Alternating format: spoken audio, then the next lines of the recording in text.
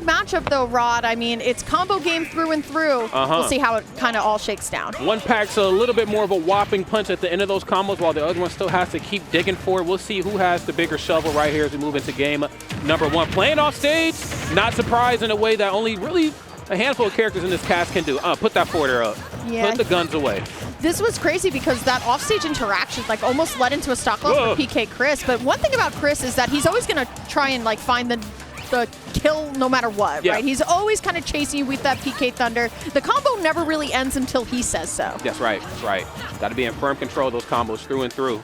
As it stands right now, Bayonetta, you know, people can say what they want about her, but she still needs to be, you know, not taken lightly. I'll put it that way. You know, you misstep one time and you could be off stage and disadvantaged for quite some time. Nothing off the PK fire. I appreciate the attempt. We know Bayonetta's going to spend quite a bit of time recovering back to the stage. Why not put an active something out there to try and catch her? Okay. Trying to control the middle part of the stage in a way that really only Ness can. You know, just the activeness of that short hop forwarder. Trying to get the job done, but easy come and easy go is the way that that first stock goes right here for GrlyTeenQueen. Let's see what the adjustments are going to be right now. Yeah, it's a little bit weird, right? Because Ness can hit these really, really hard, like, hits, where especially where Bayonetta a little bit lighter, right, can really kind of be susceptible to some of the Ness cheese. But then you have Ness, who is a little bit lighter, and GrlyTeenQueen saying, you know what, it's witch time here. We'll see if you're going to be able to survive that. But here we go. It's still all PkChris, and once again, it's this combo game that he's really known for. No doubt about it. I mean, the combo's definitely getting the job done. Nothing off the up tilt. Of course, just trying to catch him, maybe a misspace short hop forwarder. One thing about PkChris, I mean, such an absolute animal when it comes to spacing those aerials so proficiently. Even being caught in a corner, knowing how far away to drift away in order for some of these arrows to land safely. Of course, GrlyTeenQueen, I've said it once and I'll say it again when it comes to Bayonetta. A Bayonetta that's actually standing still is the most dangerous Bayonetta in the room. Yeah, absolutely. I can totally agree with that. I think Bayonetta, while she did deserve her nerf, she really has to work hard for her kills now. She really has to kind of lock in and really be kind of that menace that consistently keeps you in the aerial loop. The problem is, though, now that, you know, you get up in the aerial loop, sometimes you much harder have to look for your kill here. Still going to be able to find the PK fire, but honestly, I love by Teju's going to get out of there, going to get hit by the PK Thunder, but still going to use ABK at least just to get out reset. But we are dangerously at back row perception. And this is where things get a little dangerous for Bayonetta. Of course, you play the nickel and dime. You go band for band with Ness, like, you know, big bank, tank, little bank. You can play that after a while, but sooner or later, Ness will show you that his bankroll is a little bit bigger than yours and get that stock taken with far less effort. Bayonetta, of course, still working, still trying to get it done. All PkChris had to do is go for a dash attack, and I mean that as respectfully as possible. Ness is just a phenomenal character. Directional air dodge back up, and now it's time to milk the lead here. Yeah, you could say that again, but the problem is, once again, Bayonetta nimble and quick, so while, yes, we're able to get a lot of these hits, we're not seeing the ones that'll go all the way, right? We're seeing a couple up tilts. We're not even this back air here right at the ledge is going to be able to do it here. Chris, though, trying to get a little bit tricky with it. Will get the wall jump, though. We could have seen the lineup for a PK Rocket. Still going to be able to make it back to the stage, though. Not going to go for a full reset. Instead, we're saying, you know what? I got a little bit of rage. I can see what I can do with it, but still, the movement from both of these players getting a little weird. Yeah, definitely a little strange for sure. A little strange, if you will. I gotta be real. Let's go! Let's go! That's how you do that. Damn. That's a home run.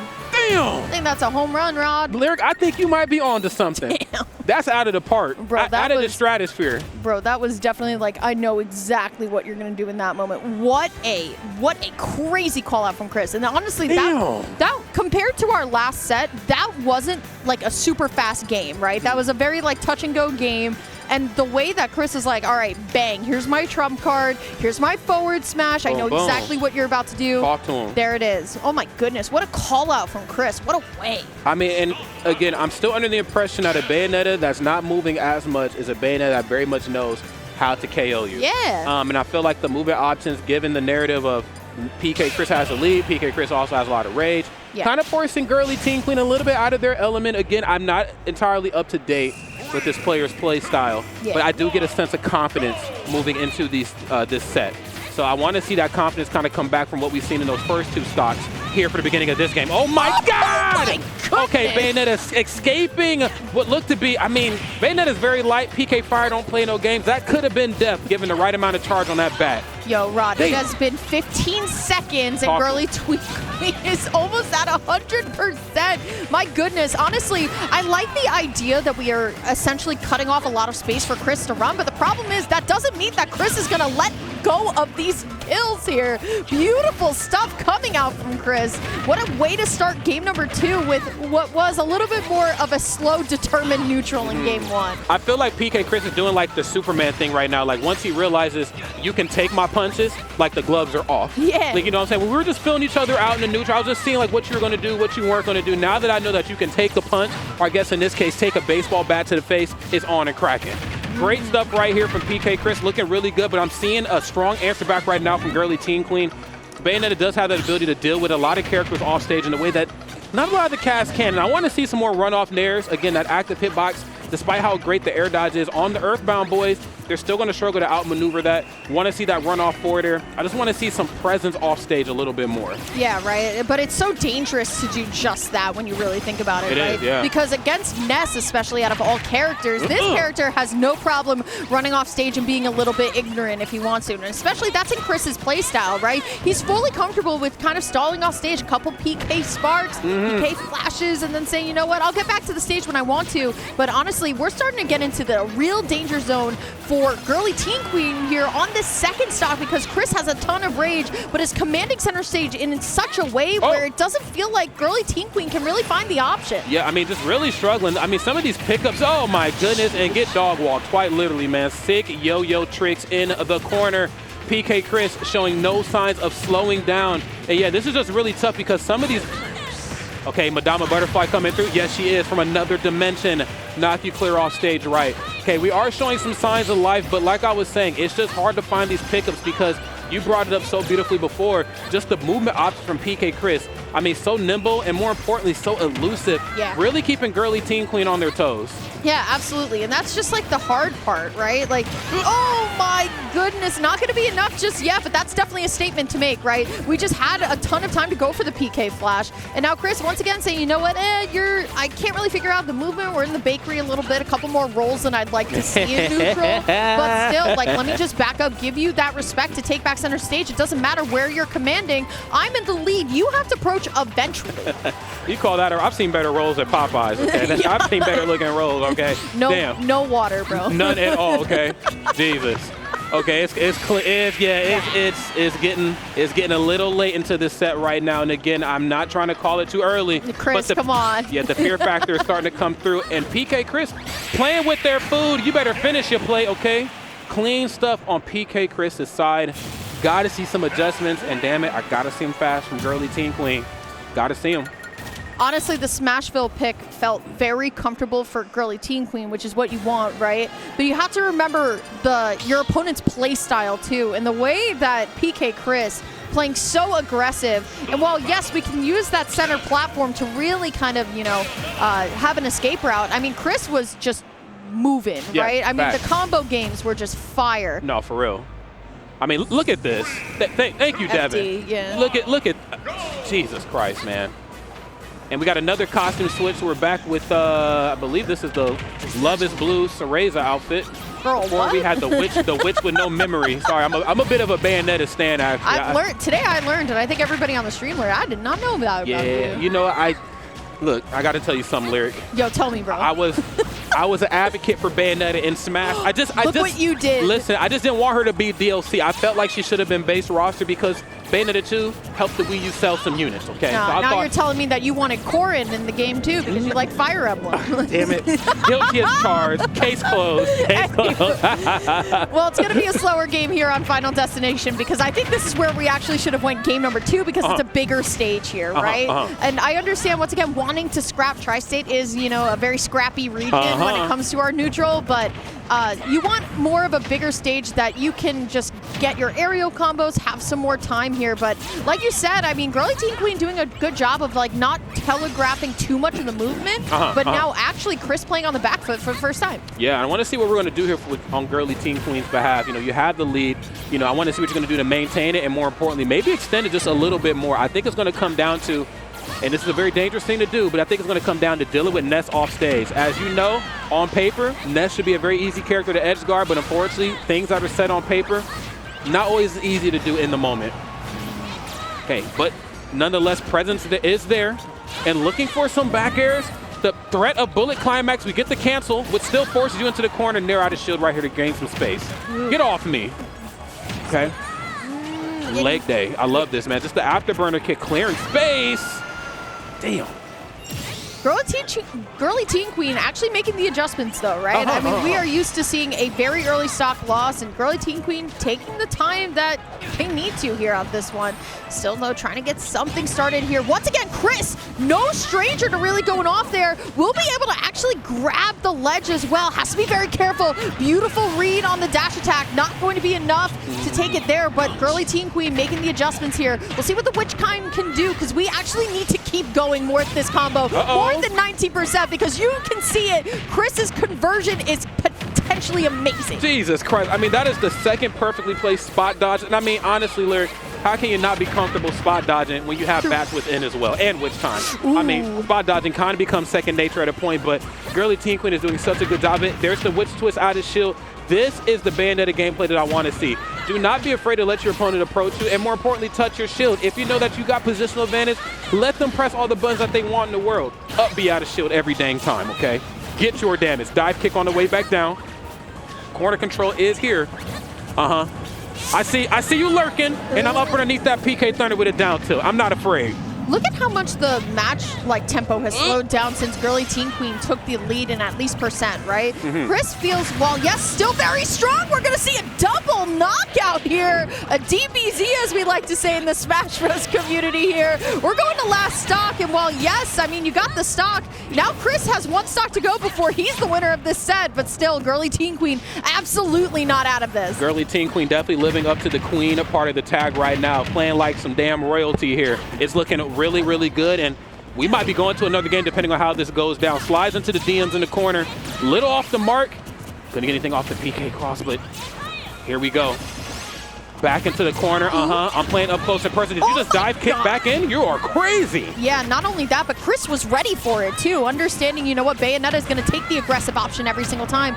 GrlyTeenQueen, though, finding a couple of kicks here. There's the down tilt. My goodness, what is this combo from Chris? The freestyle is nuts. No, facts. The improv is actually on the lock right now. We are just figuring out as we go. PK fire on the way back in, back within, saving my skin. And this stock right here is getting awfully thin. It's not looking good right now for both sides, but namely PkChris. First hit affair, Bayonetta standing still. You know what I'm saying? Stock's about to disappear pretty soon. You better.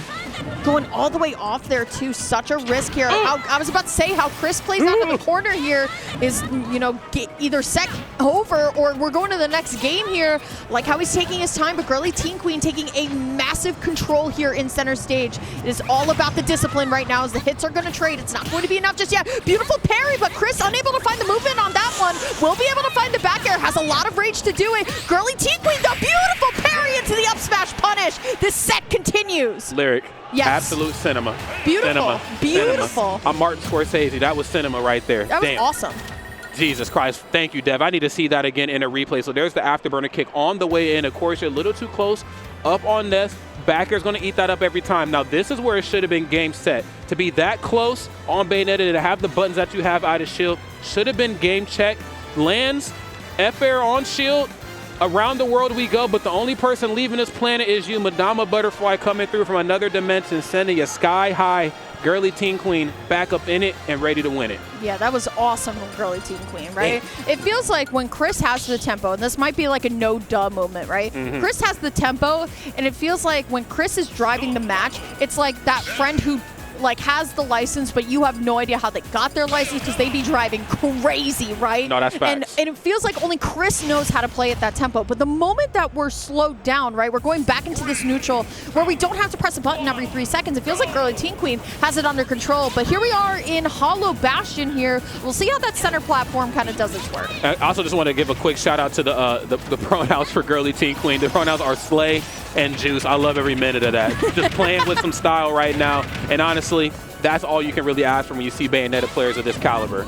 Bring in the flash and most importantly the fire here as we move into this potential final game. But if I'm being real, I'm kind of smelling a game number 5. I feel like GrlyTeenQueen has kind of figured out the matrix right now. They have seen the numbers and more importantly have crunched them, and we might be getting ourselves another game. But I say all that as we are already in dark red %, a little over 30 seconds into the match. Down tilt, no afterburner kick, but finds the second one. Ooh, okay. Honestly, GrlyTeenQueen doing an amazing job of just like getting these one hits and going. Finds the back air. That's going to be a big, strong one here. Trying to capitalize here, but you're giving Chris stage control. Unfortunately, though, the grab misses, Rob. That's a massive opportunity lost for Chris. We're back into neutral. We most certainly are. We're leaning way more into bullet arts and bullet climax this time here on GrlyTeenQueen's side. I want to see what PkChris is going to do to break that zone. 9-frame jab right here, and you are up out of here. Clean stuff right here from GrlyTeenQueen. We have another game lyric like we talked about before, where they have started off with the lead and more importantly have maintained it to the very end.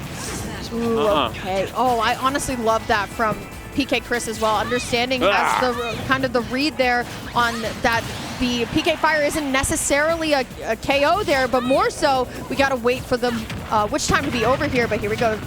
Gonna be able to find our aerial combos up, and that could be it. No, not just yet. But message definitely sent, though. You can't play with me up in this magnifying glass. This area of the map belongs to me. There's the down to after the spot dodge. Okay, 11 frame back here in the corner, and I got there it is. Even if you don't get the nair, it forces them to air dodge, recover awkwardly, and they eat a little damage too because the bullet art's attached to them. Up tilt. Where are we going? Right this way. This is the museum tour guy. Right this way, my friend. Yeah, let me take that code for you. Facts. Anyway, still PK Thunder going to connect. Oh my goodness, the bats within are the real MVPs so far here. Jumping off of the ledge a couple times. Chris, unfortunately, not confident enough to catch it here. But honestly, where GrlyTeenQueen is getting a lot of mileage is Chris is going for a lot of grab here, and GrlyTeenQueen has been on point with the spot dodges. They most certainly have, but I hope that does not come back to bite him, because one thing about PkChris, don't let the aggression fool you guys out there that are watching. PkChris is a very, very intelligent player, and sooner or later, we'll start baiting out air dodges in a way that, you know, Ness kind of does at this level of play. We haven't quite seen it yet because PkChris has done a really good job of outswinging GrlyTeenQueen, but it is coming pretty soon to a stream near you. There's the patented back throw that we have all grown to love, I suppose, right?